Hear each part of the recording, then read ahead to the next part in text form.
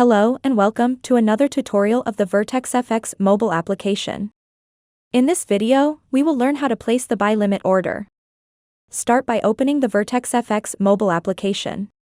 You can see the symbol on the right side. Choose the symbol that you would like to trade and navigate to the 6 dots on the right and choose Trade. In this window, you will see two options: Market and Entry. Go ahead and choose Entry Order. After entering, you will find 4 options: Sell Limit, Buy Limit, Sell Stop, and Buy Stop. We will set the buy limit order.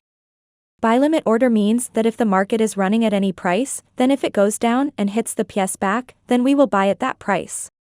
Set the AT, SL and TP prices. You can even add comments. Then click on Place Order, and your order will be executed. That's it for this tutorial, and I hope you found this video helpful. Thank you for watching. Like this video and subscribe to the channel. Don't forget to turn on the notifications.